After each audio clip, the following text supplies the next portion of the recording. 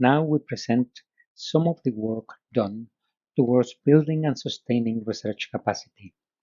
Research capacity that is at the basis of most research processes and that is highly relevant for agroecological research.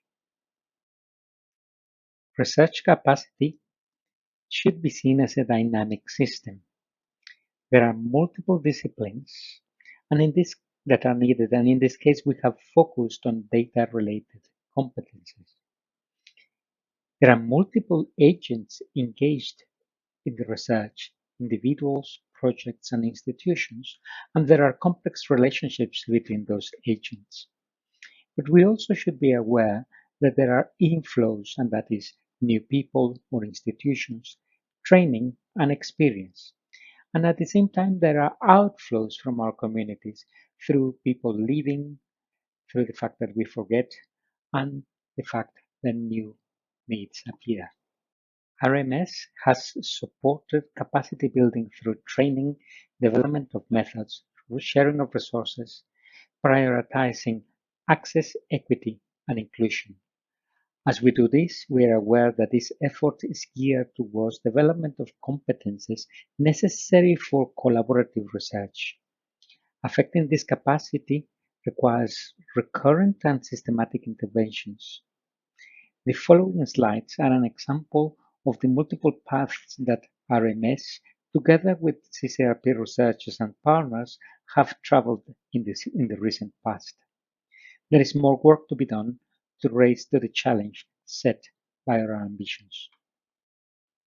In the RMS Phase 4, we conducted a number of courses, including the presentation of research results, the field notes training, the introduction to Open Data Kit, ODK, which were conducted in Spanish and English. We also ran the R courses, which were also conducted in English and French, and the data management course, which was conducted in English. All these courses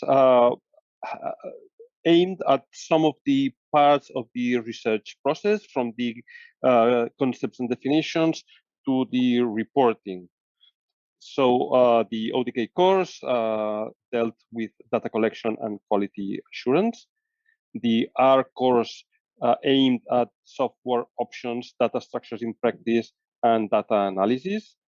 The presenting results was about reporting. The field notes course dealt with data collection, quality assurance, and qualitative data. And finally, the data management course that aimed at concepts and definitions, ethics, storage and sharing, good housekeeping, data structures in practice, and qualitative data. And in these courses that we ran, they were mostly online because of the COVID-19 pandemic. However, we had a very good number of participation of online participants, which, depending on the target audience, ranged from about 20 to 170 participants per courses. In total, we were able to train around 500 participants, and also had a fair number of a fair distribution between men and women. However, the dominant group remains to be men. And for some of the courses, such as the data management course and ODK and R, we opened these courses to members that were not part of the CCRP, and we were able to reach over 200 participants in these courses. And also for the courses on data management and ODK, we were able to issue around 180 certificates for those participants that attained the requirements on these courses. Next. And also, most of the participants on these courses came from a number of countries, and the majority were from the east and southern African regions. But even beyond those regions, such as South Africa, we had others in West Africa, such as Benin and Senegal, and we are in other regions, including Asia. Next.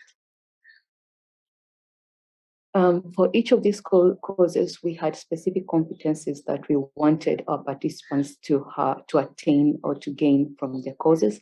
So, for example, in the data management courses, we focused on principles on data management in agroecological research, and also looked particularly on principles on data ethics, storage and archiving, also practicalities and tips on data collection, quality assurance, managing files and folders, the creation of metadata and data dictionaries, and also looked on how to manage data using R, and also how to handle and manage qualitative data.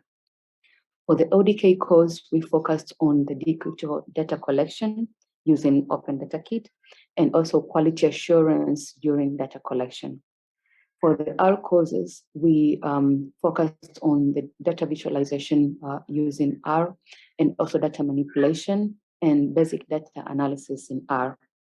In the field notes training, we did focus on developing skills for taking notes to capture comments and observation during field visits, and how to systematize this collection of field notes for research purposes. Whereas for the presenting results, we shared the principles of good presentation of research results, focus on agroecology, and also how to apply these principles in practice. Next. During the design and development of those courses, we developed more than 100 resources of different types. We had session and webinar recordings. We had short videos that tackled one particular topic. We have documents and guides. We have R workbooks and datasets and exercises. These resources have been made publicly available.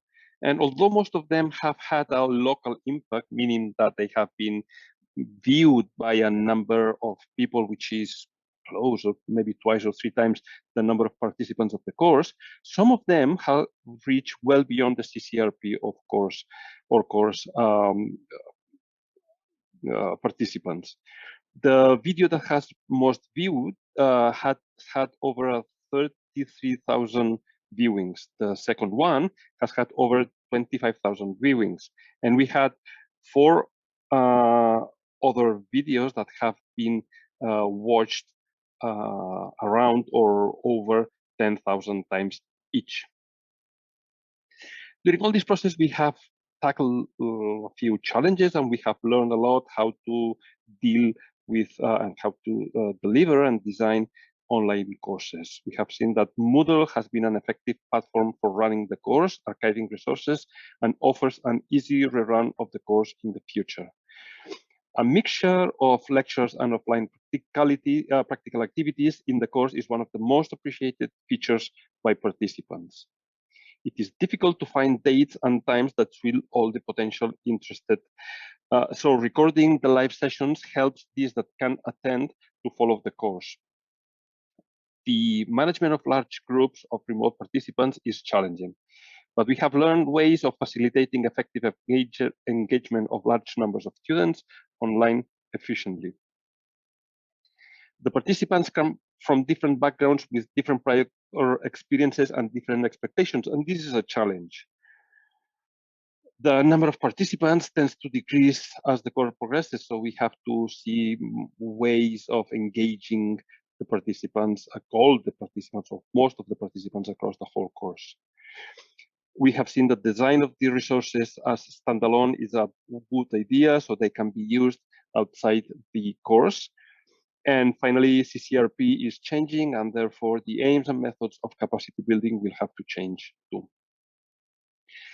So far, and during this phase, we have done all these courses or all these capacity building activities on demand or because we detected the need of them. Now we are going one step forward, defining what we have provisionally called the syllabus, which is an attempt to organize the knowledge and skills required to carry out quality research within the CCRP framework, but not only, around topics. It provides resources for each of these topics. It can be tailored according to different needs. and it is still a work in progress and will be fully implemented in the next phase. We have, however, defined the structure, which is divided into 4 blocks: research and processes, methods, skills and tools, and case studies. And thank you very much. That's all. And now Carlos and Uru will be able to answer questions if there are. Thank you very much.